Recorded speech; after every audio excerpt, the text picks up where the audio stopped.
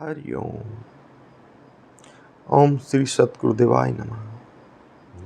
हे मेरे परम प्रिय मित्रों, हे मेरी माता बहनों, चलो परमात्मा की ओर चैनल में आपका हार्दिक स्वागत है, अभिनंदन है। और आज फिर आपके लिए एक बहुत ही सुंदर वीडियो में बना रहा हूँ।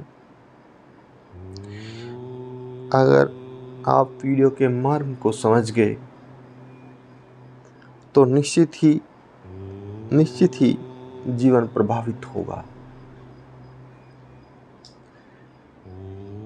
बस जब भी वीडियो सुनो, आपसे एक ही प्रार्थना है कि पूरे दिन में 24 घंटे होते हैं और ये 5 और 7 मिनट हैं।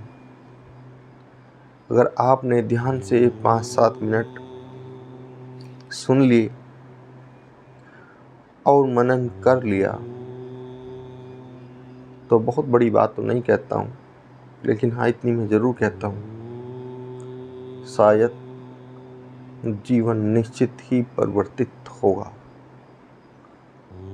क्योंकि ये मैं भी नहीं बोल रहा हूँ, ये वह ईश्वरीय कार्य है जो ब्रह्म मुहूर्त में प्रातः बेला जो होती है, उस ब्रह्म मुहूर्त में ये ईश्वरीय कार्य मेरे से भी ईश्वर ही कराता है।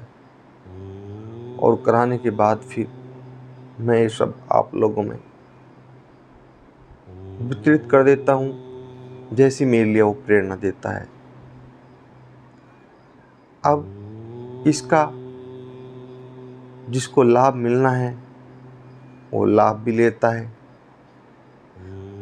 और समय के अभाव में कभी कभी कोई रह भी जाता है। वो कर्म के आधारित है, कर्म पर आधारित है। हे प्रिय मित्रों, ये कर्म की महिमा बड़ी ही निराली है, बहुत ही दुर्लभ है कर्म की महिमा। आप एक विचार कीजिए और चिंता मनन कीजिए, खूब सोचिए। आप एक परीक्षार्थी है, मानने की बात हम ही परीक्षार्थी हैं, आप ही परीक्षार्थी हैं, इसे समझ लीजिए। और हमने परीक्षा दी,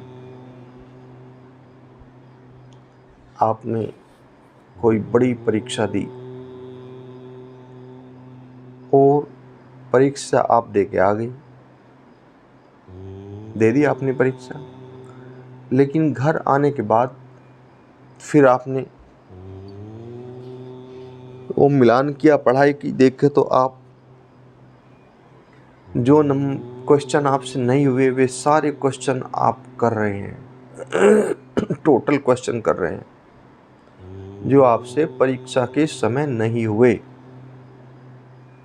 आप ध्यान से सुनना, जब परीक्षा चल रही थी, जो परीक्षा में प्रश्न पूछे गए थे वह प्रश्नों के उत्तर परीक्षार्थी जब आप थे वहां पे आपने नहीं दिए, वहां पे परीक्षक को, और घर आने के बाद आपने उन सब प्रश्नों के उत्तर दे दिए,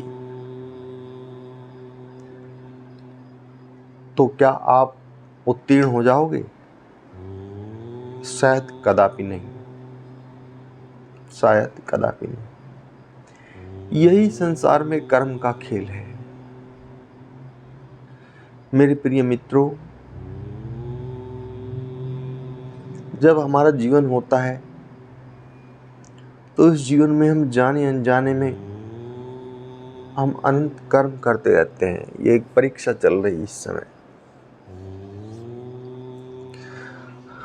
और जब परीक्षा हमारी संपूर्ण हुई, हमारा जीवन पूर्ण हुआ, ये जीवन जो है हमारा कर्म भोग और नवीन कर्मों का निर्माण, ये दोनों एक साथ चलता है। यानी कि हम परीक्षा देते भी हैं और जो परीक्षा दी है उसका परिणाम भी हम प्राप्त करते हैं। अब जो हमने परीक्षा का परिणाम जो था जब हम प्राप्त कर रहे हैं तो हम अनंत पीड़ाओं से गुजर रहे हैं। बहुत सी बार आपने देखा होगा कोई व्यक्ति बहुत गरीब है लेकिन बहुत विद्वान है, बहुत मेहनती है, बहुत ईमानदार है, सत्य वक्ता है, जीवन में कभी झूठ नहीं बोला है, लोगों की सेवा की है और प्रत्येक जीवों पर दया की है और सुबह शाम अपनी प्रातः और शाम की बेला में वंदना की है और एक वैराग्यपूर्ण जीवन उसने जिया है, लेकिन फिर भी वो अनंत परेशान है। तो लोग उसका उदाहरण देते हैं, अरे क्या फ़ायदा ऐसी पूजा पाठ करने से, अरे क्या फ़ायदा ऐसा भगवान का नाम लेने से। देख लो वो भगवान का नाम ले रहा है, कितना दुखी है, कितना परेशान है। एक हम हैं, खूब जो है मांस मदिरा का सेवन करते हैं, दुराचार करते हैं और खूब अनंत गलत कार्य करते हैं, लेकिन फिर भी हम सुखी हैं और धनाढ्य हैं। लेकिन एक वो है कि इतने पुण्य कर्म कर रहा है लेकिन फिर भी परेशान है, और ऐसा उदाहरण दे देते हैं और अपने मन को संतुष्ट कर लेते हैं और समाज वाले भी उनके तर्कों से संतुष्ट हो जाते हैं। लेकिन ये कदापि सत्य नहीं है।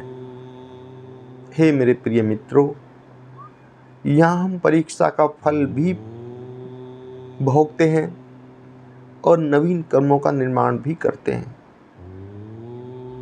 जो इस समय हम भोग रहे हैं वो पूर्व परीक्षा का फल है, लेकिन नवीन कर्मों का निर्माण हमारे हाथ में है, ताकि हम जो ये परीक्षा दे रहे हैं इस समय हम,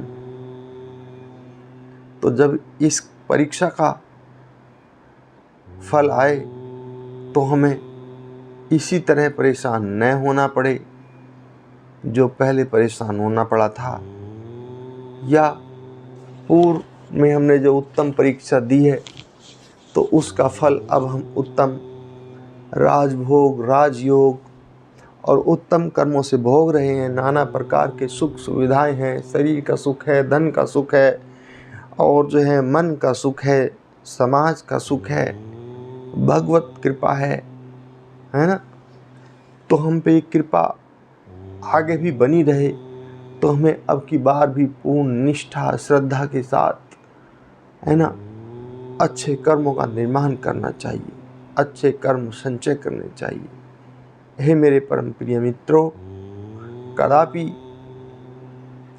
उन लोगों का अनुसरण न करो जो इस तरह के उदाहरण देते हैं कि देखो वह इतने अच्छे कर्म कर रहा है लेकिन फिर भी कुछ नहीं कर पाया, और हमने इतने बुरे कर्म किए, हम फिर भी सुख ऐश्वर्य भोग रहे हैं।